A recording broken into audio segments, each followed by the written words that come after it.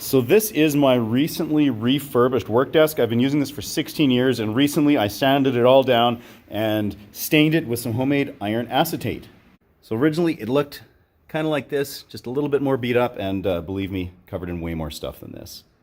So if you want to see how I got it to look like this, come along for the ride.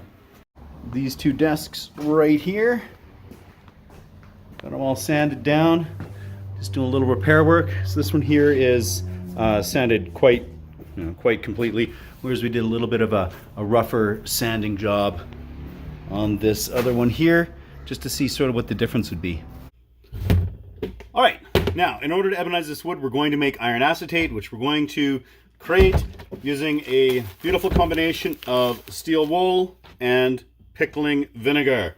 So for the steel wool, I'm using the superfine. This is the 0000 grade stuff here. Super fine or extra fine, it says on here. And then you don't want to just use 5% acetic acid vinegar. You want to use cleaning vinegar, which tends to be 6, or pickling vinegar, which I'm using, which is 7% acetic acid. Just more acidity is going to be a good thing. I'm going to use this. I've got 2 1-liter glass mason jars, which I've got cleaned out here.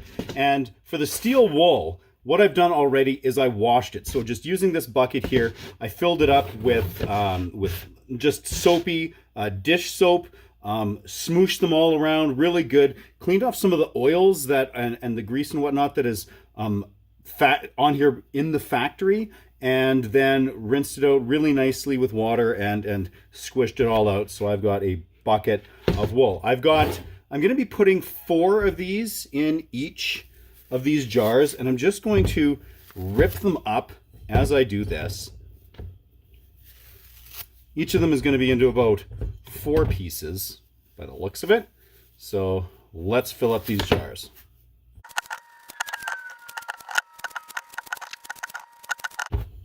All right, there we go. I would recommend doing this probably not in your kitchen. This left a whole bunch of small little fibers of the steel wool on this. I'm doing this on my large deep freeze in the garage. But anyway, now it is time to add the vinegar. I got 1.5 liters of vinegar that I poured into this, into this pitcher here. I'm curious to see exactly how much vinegar I'm going to need. All right, 1.5 liters doesn't seem like quite enough. I'll just top it up here with a little bit more.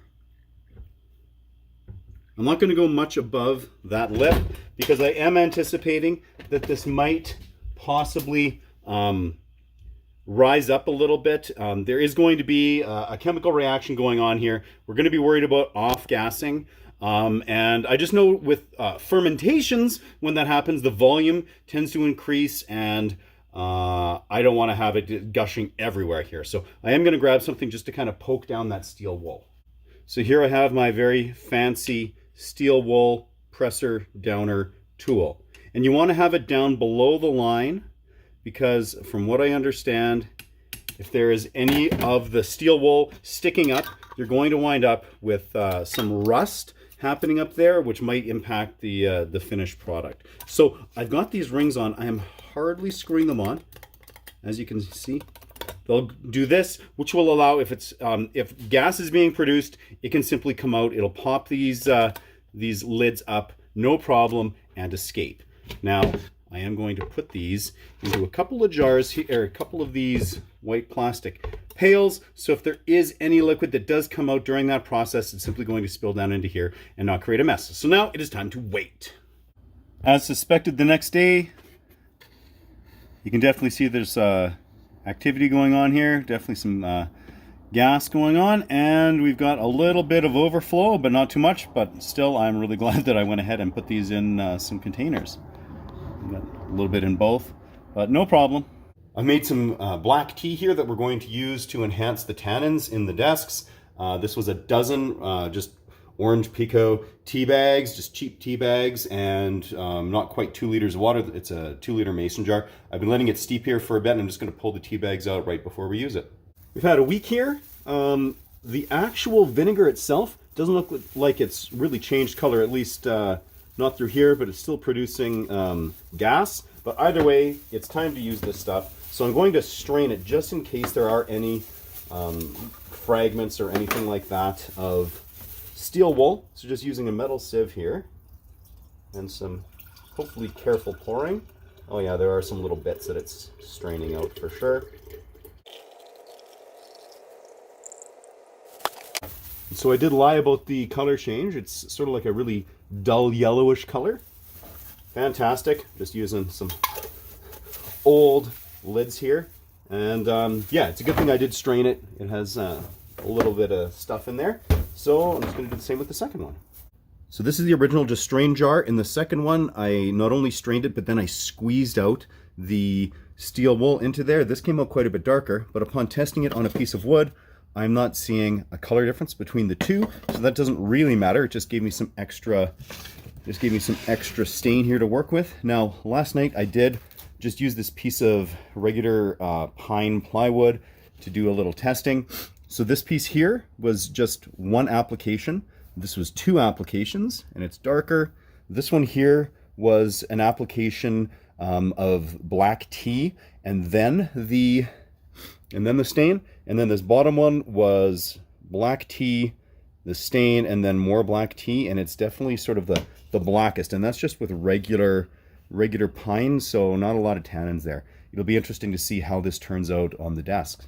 Of note when making iron acetate is, yeah, be aware that your surface can get messed up, so you might want to take some protective measures for that. Also, gloves are very important. I was wearing gloves when I did this, but there was a little hole in it, and so I got black stuff all over my hands, but yeah, it'll come off.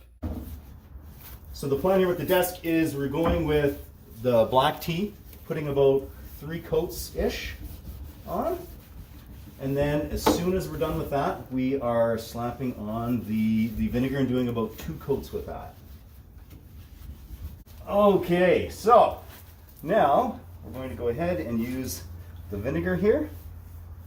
And just go over everything probably twice with it. We'll see how it darkens up. It's super cool to see the almost instant results here with this. You apply it, and right away you see the color change.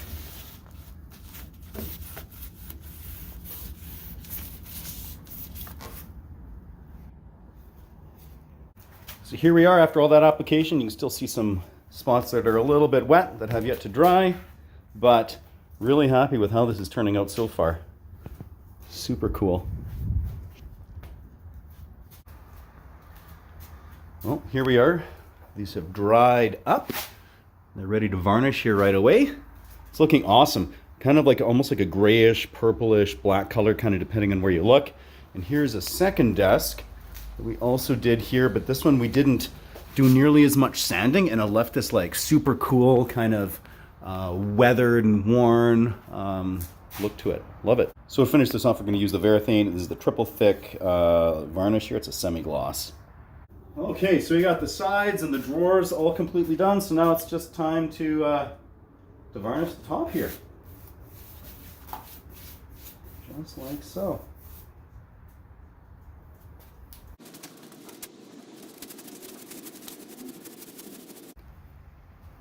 Now we just have to wait for the varnish to dry on these. We'll see how it looks. Now with the desk, I'm going to stick with the original hardware. However, I don't like this brass finish on here, so there's sort of like this brushed nickel sort of look just underneath it. So just using one of these kind of flexible sanding sponges here. I'm just giving it a good scrub and taking that finish right off. And it's just resulting in this, I think, much nicer sort of silver finish here, which will match that desk quite a bit better. Ooh, here we are, all polished up, ready to go. Ooh, a little bit left to do on there. But other than that, these are nice and clean.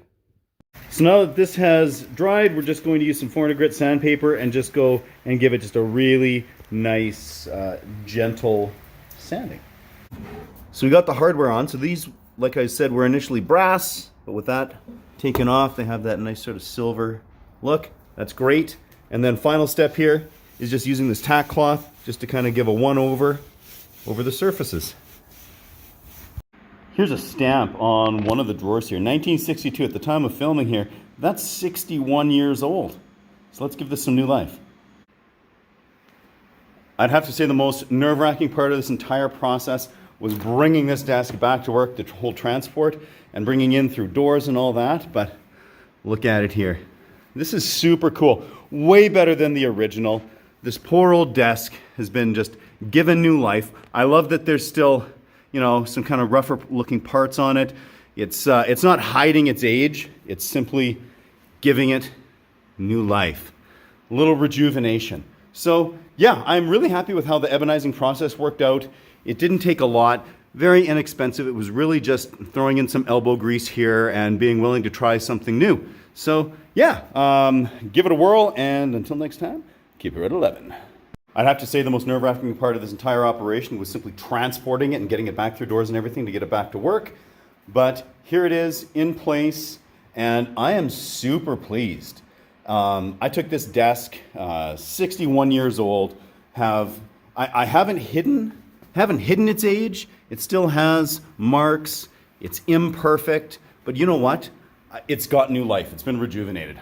So that ebonizing process, really, once a person understood how to make that iron acetate, it was really inexpensive, cheaper than stain, sort of a cool thing to do, and an interesting conversation starter, really, to talk about this desk with people. And very happy I did it. I'll absolutely be doing it on projects in the future. So yeah, give it a whirl. And until next time, keep her at 11. And since the projects never seem to end, coming up, a summer near you, desk number 2.